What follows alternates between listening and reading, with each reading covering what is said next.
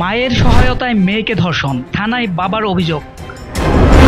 ঝিনাইদহের শৈলকুপায় মায়ের সহায়তায় ১২ বছরের এক কিশোরীকে ধর্ষণের অভিযোগ উঠেছে। এ ঘটনায় আজ ১৫ মার্চ শনিবার বিকেলে ভুক্তভোগীর বাবা থানায় একটি অভিযোগ করেছেন।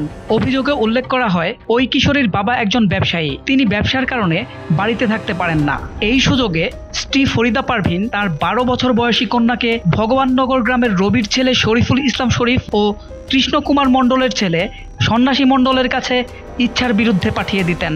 অভিযোগপত্রে আরও বলা হয়, গত ৭ মার্চ জ্যোৎস্নার মালিকানাধীন ভাড়া বাড়িতে শরীফ এসে তার স্ত্রীকে টাকার প্রলোভন দেখিয়ে নাবালিকা কন্যাকে ইচ্ছার বিরুদ্ধে পাশবিক নির্যাতন চালান। এছাড়া একইভাবে গত ৮ মার্চ রাত ৯টার দিকে সন্ন্যাসী কুমার পার্শ্ববর্তী কোলাচড়া গ্রামের তোজাময়ের বাড়িতে নিয়ে তার কন্যাকে দ্বিতীয়বার ধর্ষণ করেন। বাদী অভিযোগপত্রে উল্লেখ করেন, এ ঘটনা কেউ যাতে দেখতে না পায় সেজন্য তার স্ত্রী ফরিদা পারভিন ঘরের বাইরে থেকে পাহারা দিতেন। গত ১২ মার্চ তার মেয়েকে ধর্ষণের এসব ঘটনা তাকে জানালে স্ত্রীর সঙ্গে বাদীর ঝগড়া ও কথা কাটাকাটি হয়। এ বিষয়ে ফুলহরি ইউনিয়নের চেয়ারম্যান আওলাদ হোসেন বলেন, লোকমুখে ঘটনাটি শুনেছে।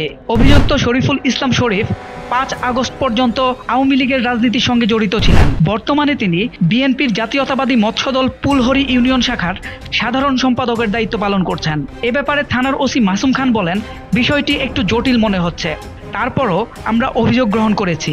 তদন্ত করে দায়ীদের বিরুদ্ধে আইনগত ব্যবস্থা নেওয়া হবে। সোহেল মাহমুদ, দৈনিক নতুন সময়, ঢাকা।